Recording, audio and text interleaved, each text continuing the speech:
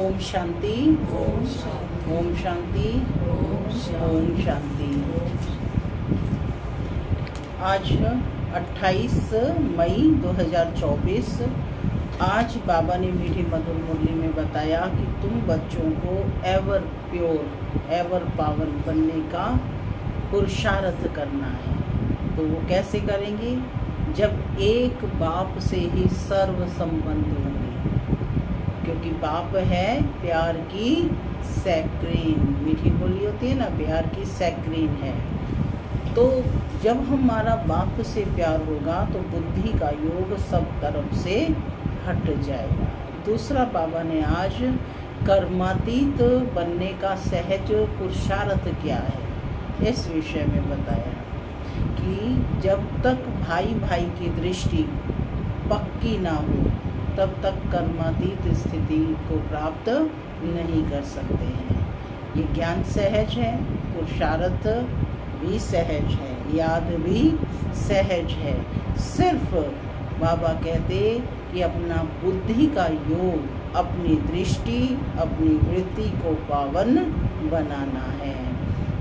तो बाबा ने कहा पक्का निश्चय हो, आत्मा रूप में हम सब भाई भाई हैं। सुनते हैं आज के डायरेक्ट ईश्वरीय महावाक्य। बाबा कहते, मीठे बच्चे, बाप है सर्व संबंधों के प्यार की सैक्रीन। क्या है बाप? सर्व संबंधों के प्यार की सैक्रीन। एक मीठे माशुक को याद करो तो बुद्धि सब तरफ से हट जाएगी। एक मीठे माशुक को याद करो तो बुद्धि सब तरफ से हट जाएगी। प्रश्न, कर्मातीत बनने का सहज पुरुषार्थ व युक्ति कौन सी है? कर्मातीत बनने का सहज पुरुषार्थ व युक्ति कौन सी है? कौन सी है युक्ति? बाप की याद में रहो। और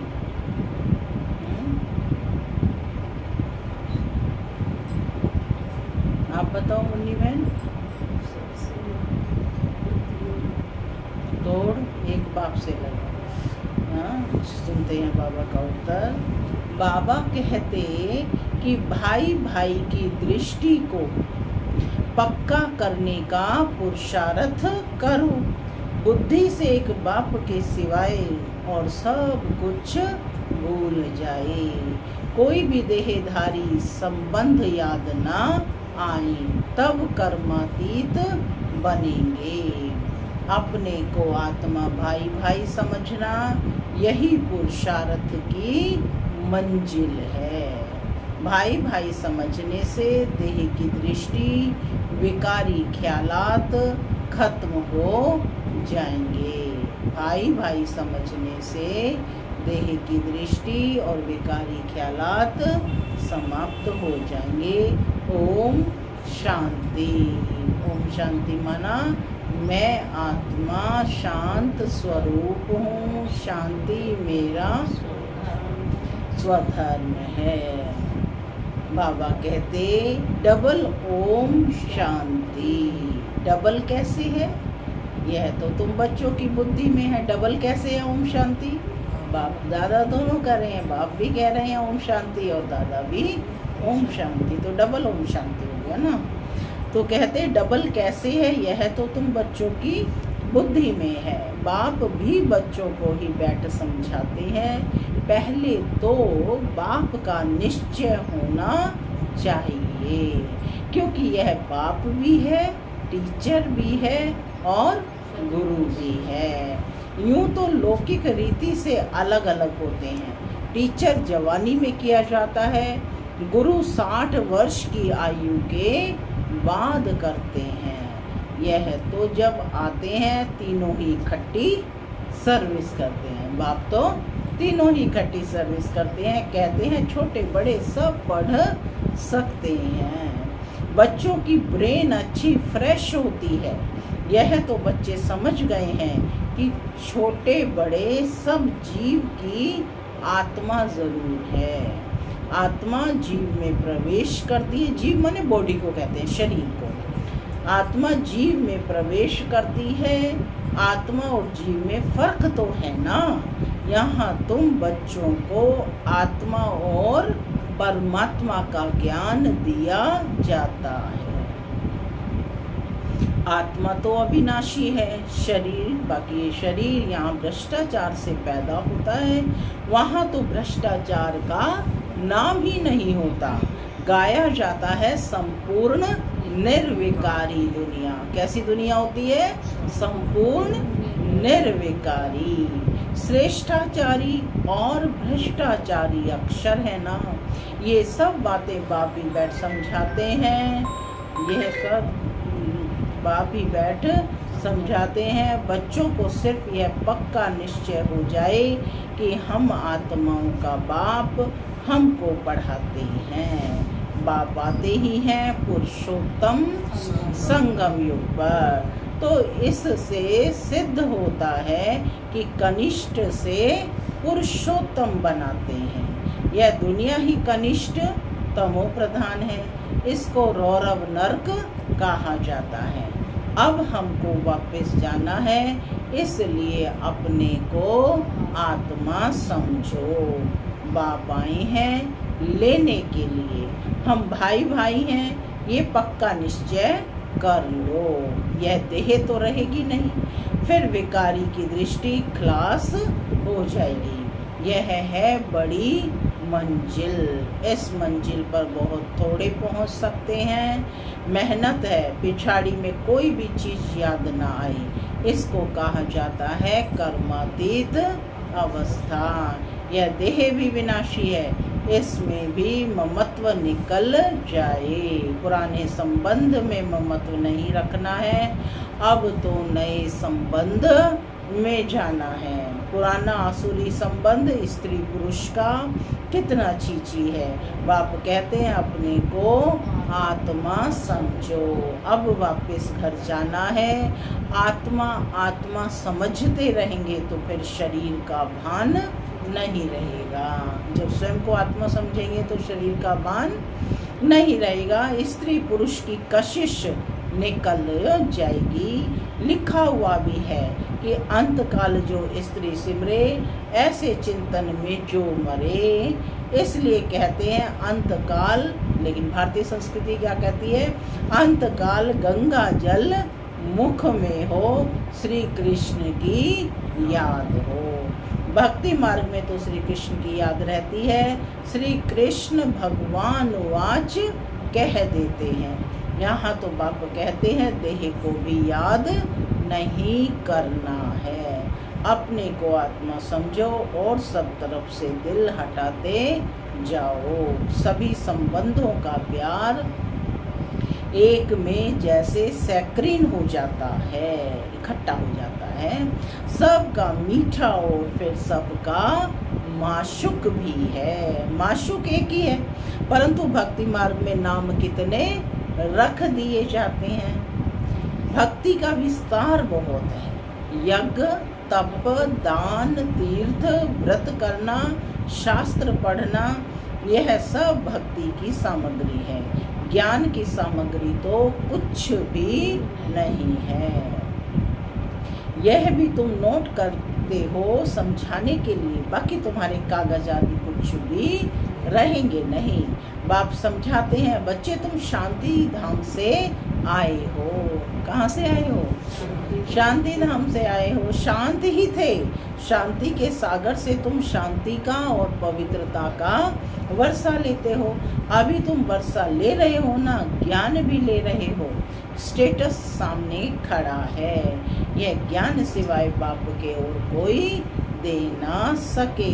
यह है रूहानी ज्ञान। रूहानी बाप एक ही बार आते हैं रूहानी ज्ञान देने के लिए। उनको कहते भी हैं पतित पावन। सुबह को बच्चों को बैठ ड्रिल कराते हैं। वास्तव में इसको ड्रिल भी नहीं कहा जाए। बाप सिर्फ कहते हैं बच्चे अपने को आत्मा समझ मुझे याद करो। अपने को आत्मा समझ मुझे याद करो। कितना सहज है? सहज है या नहीं है? मुश्किल है? नहीं, सहज है। तुम आत्मा हो ना, कहाँ से आए हो? परम धाम से। ऐसे और कोई भी पूछेंगे नहीं। पारलौकिक पापी बच्चों से पूछते हैं, बच्चों परम धाम से आए हो ना, इस शरीर में पार्ट बजाने। पार्ट बजाते बजाते अब नाटक पूरा हुआ। आत्मा पतित बनी तो शरीर भी पतित बना है। सोने में भी अलाई पड़ती है, फिर उनको गलाया जाता है। वह सन्यासी लोग ऐसे अर्थ कभी नहीं समझाएंगे। वो तो ईश्वर को जानते ही नहीं। बाप से योग रखो यह मानते ही नहीं। बाप जो सिखलाते हैं वह और कोई सिखला ना सके। इसमें तो प्रैक्टिकल में मेहनत करनी होती है। बाप तो कितना सहज कर समझाते हैं। गाते भी हैं, पतित पावन सर्व शक्तिमान है। उसे ही श्री श्री कहा जाता है। क्या कहा जाता है? पतित पावन है, सर्वशक्तिमान है और श्री श्री कहा जाता है। और श्री कहा जाता है देवताओं को। श्री राम श्री कृष्ण ना, उनको शोभता है क्योंकि वो श्रेष्ठ हैं। उन्हों की आत्मा और शरीर दोनों पवित्र है।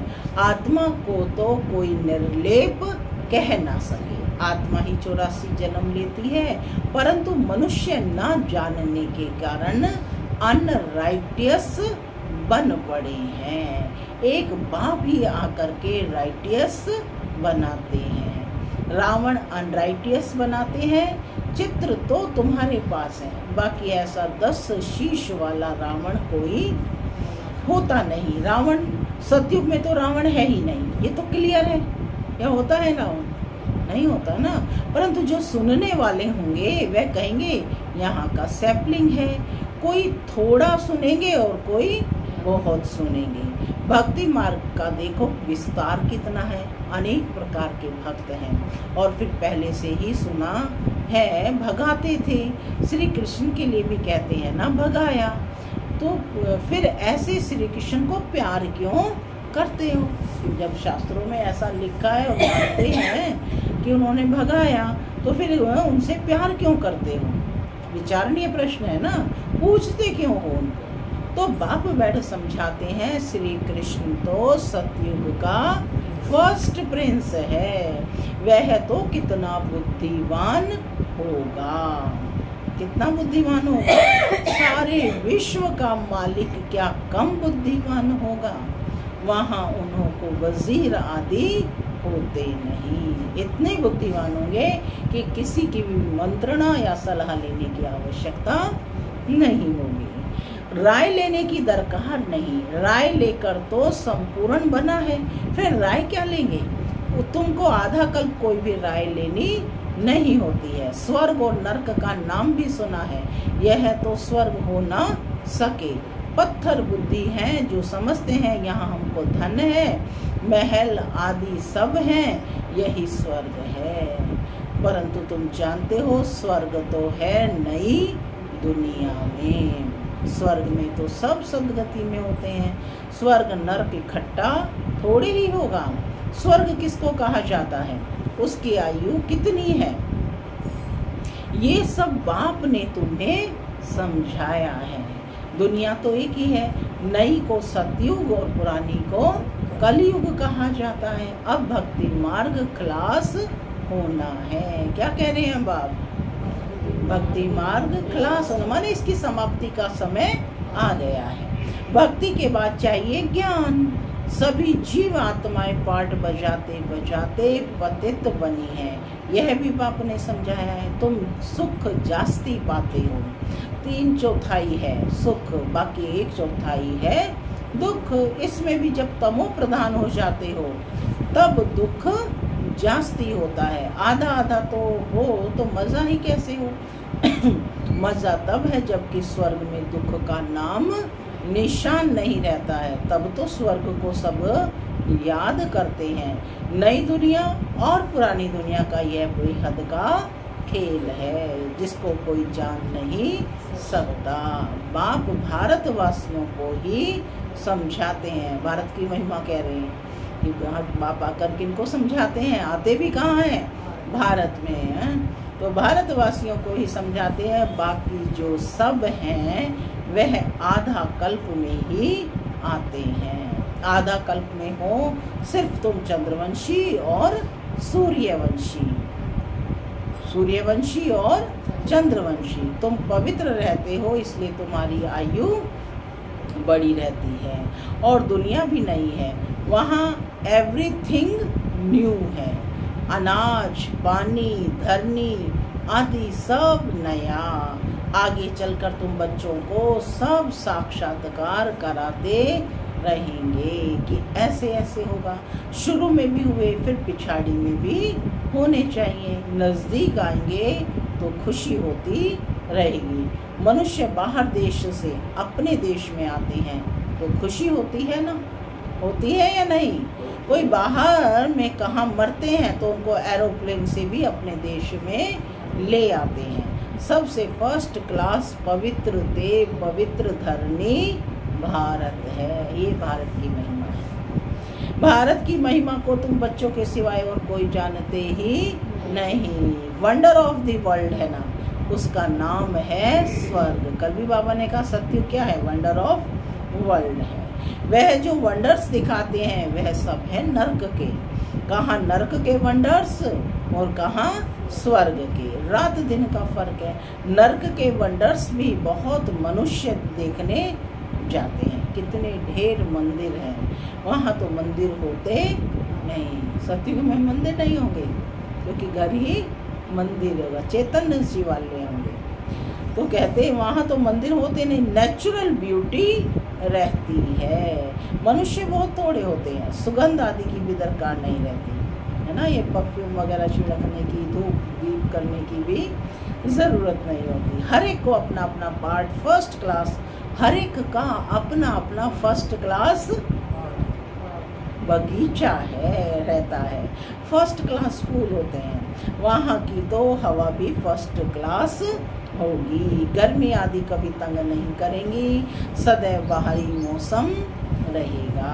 अगरबत्ती की भी दरकार नहीं। स्वर्ग का तो नाम सुनते ही मुख में पानी होता है। तुम कहेंगे ऐसे स्वर्ग में तो हम झट पहुँचे, क्योंकि तुम स्वर्ग को जानते हो, परंतु दिल कहती है अभी तो हम बेहद के बाप के साथ हैं। बाप पढ़ाते हैं ऐसा चांस फिर थोड़े ही मिले।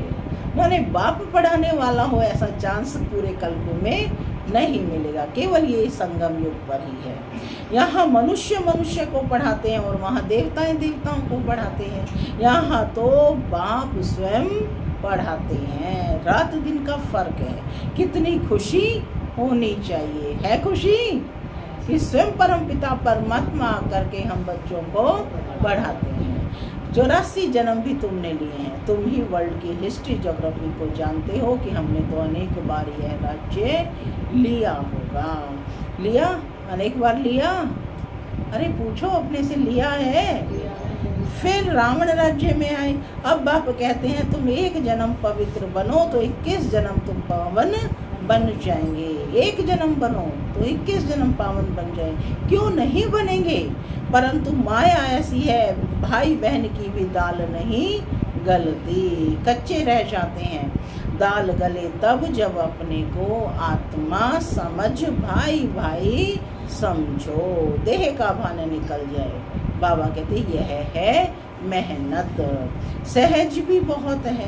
कोई को कहेंगे बहुत डिफिकल्ट है तो उनकी दिल हट जाएगी, इसलिए इसका नाम ही है सहज याद। और ज्ञान का नाम भी है सहज राजयोग। ज्ञान भी सहज है। 84 के चक्र को जानना है। पहले पहले बाप का परिचय देना है। क्या देना है? सबसे पहले बाप का परिचय, क्योंकि बाप को भगवान को सब मानते हैं ना। 2 बाप को सब मानते हैं, लौकिक और बाहर लौकिक। तो सबको पहले बाप का परिचय देना है। बाप की याद से ही आत्मा की जंग उड़ जाएगी और पवित्र दुनिया का वर्षा पाएंगे। पहले बाप को याद करो। भारत का प्राचीन योग ही कहते हैं, जिससे भारत को विश्व की बादशाही मिलती है। प्राचीन कितने वर्ष हुए, प्रश्न है। तो लाखों वर्ष कहते हैं। तुम जानते हो यह तो 5000 वर्ष की बात है। वही राजयोग फिर से बाप सिखला रहे हैं, इसमें मूंझने की कोई बात नहीं है ना, इसमें मूंझने की कोई दरकार नहीं। पूछा जाता है कि तुम आत्माओं का निवास स्थान कहाँ है, तो कहेंगे हमारा निवास स्थान कहाँ है। आत्मा का निवास स्थान भ्रकुटी है। तो आत्मा को ही देखना पड़े। ये ज्ञान तुमको अभी मिलता है, फिर वहाँ ज्ञान की दरकार ही नहीं रहेगी। मुक्ति, जीवन मुक्ति को पा लिया, क्लास। मुक्ति वाले भी अपने समय पर जीवन मुक्ति में आकर सुख पाएंगे। सब जीवन मुक्ति में आते हैं वाया मुक्ति। यहाँ से जाएंगे शांति धाम, और कोई दुनिया है नहीं। ड्रामा अनुसार सबको वापस जाना ही है। विनाश की तैयारियां हो रही हैं। इतना खर्चा कर बॉम्ब्स बनाते हैं, सो रखने के लिए थोड़े ही बनाते हैं। बारूद है ही विनाश के लिए। सत्य त्रेता में यह चीजें होती नहीं। अब 84 जन्म पूरे हुए, हम यह शरीर छोड़ घर जाएंगे। दीपमाला पर सब नए नए अच्छे अच्छे कपड़े पहनते हैं ना, तुम आत्मा भी नई बनती हो, तभी तो नया वस्त्र, शरीर रूपी वस्त्र भी नया मिलेगा। यह है बेहद की बात। आत्मा पवित्र बनने से शरीर भी फर्स्ट क्लास मिलता है। इस समय आर्टिफिशियल फैशन करते हैं, पाउडर आदि लगाकर खूबसूरत बन जाते हैं। वहाँ तो नेचुरल ब्यूटी होती है। देवताओं को कभी देखा है पाउडर आदि लगा करके? नेचुरल ब्यूटी होती है। तो बाबा कहते तुम्हें भी कोई फैशन नहीं करना है। तो कहते हैं आर्टिफिशियल फैशन करते हैं, पाउडर आदि लगाकर खूबसूरत बन जाते हैं। वहाँ तो नेचुरल ब्यूटी होती है। आत्मा एवर ब्यूटीफुल बन जाती है। यह तो तुम समझते हो। स्कूल में सब एक जैसे नहीं होते। तुम भी पुरुषार्थ करते हो कि हम ऐसा लक्ष्मी नारायण बने। यह है तुम्हारा ईश्वरीय कुल। फिर होता है सूर्यवंशी चंद्रवंशी घराना। तुम ब्राह्मणों में राजाई नहीं है, तुम अभी संगम पर हो। कलयुग में अब राजाई है नहीं, भल कोई राजाई रह भी जाती है, नील तो कभी होती नहीं। अब तुम यह बनने के लिए पुरुषार्थ कर रहे हो। देखेंगे कि हम आत्माएं भाई भाई हैं और वह बाप कहते हैं एक दो को भाई भाई देखो। तीसरा नेत्र ज्ञान का तो मिला है। तुम आत्मा कहाँ निवास करती हो? आत्मा भाई पूछता है आत्मा कहाँ रहती है, तो कहते हैं यहाँ भ्रकुटी में रहती है। यह तो कॉमन बात है। एक बाप के सिवाय कुछ भी याद ना आए। पिछाड़ी में तो शरीर भी ऐसे बाप की याद में छूटे, यह प्रैक्टिस करनी है। अच्छा, मीठे मीठे सिक्के लदे बच्चों प्रति माता पिता बाप दादा का याद प्यार और गुड मॉर्निंग। रूहानी बाप की नमस्ते। हम रूहानी बच्चों की रूहानी माता पिता बाप दादा को याद प्यार गुड मॉर्निंग और नमस्ते। नमस्ते सदा रहो हंसते बनो फरिश्ते। ये रास्ते धारणा के लिए मुख्य सार। पहला, सतयुग में फर्स्ट क्लास सुंदर शरीर प्राप्त करने के लिए अभी आत्मा को पावन बनना है, कट उतार देनी है, आर्टिफिशियल फैशन नहीं करना है। दूसरा, एवर पवित्र बनने के लिए प्रैक्टिस करनी है कि एक बाप के सिवाय कुछ भी याद ना आए, यह देह भी भूली हुई हो, भाई भाई की दृष्टि नेचुरल पक्की हो। आज का वरदान है शुभ भावना शुभ कामना के सहयोग से आत्माओं को परिवर्तन करने वाले सफलता संपन्न भव। क्या कहा है?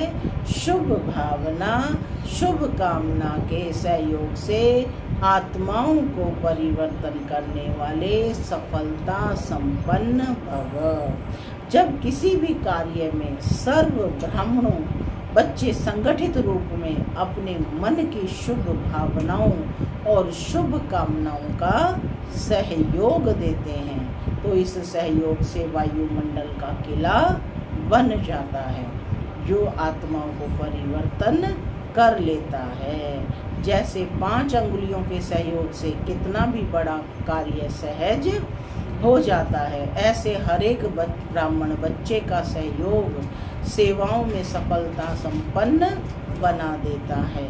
सहयोग की रिजल्ट सफलता है। सहयोग की रिजल्ट सफलता है। स्लोगन, कदम कदम में बच्चों की कमाई जमा करने वाले ही सबसे बड़ा धनवान है। कदम कदम में पद्मों की कमाई जमा करने वाला ही सबसे बड़ा धनवान है। ओम शांति।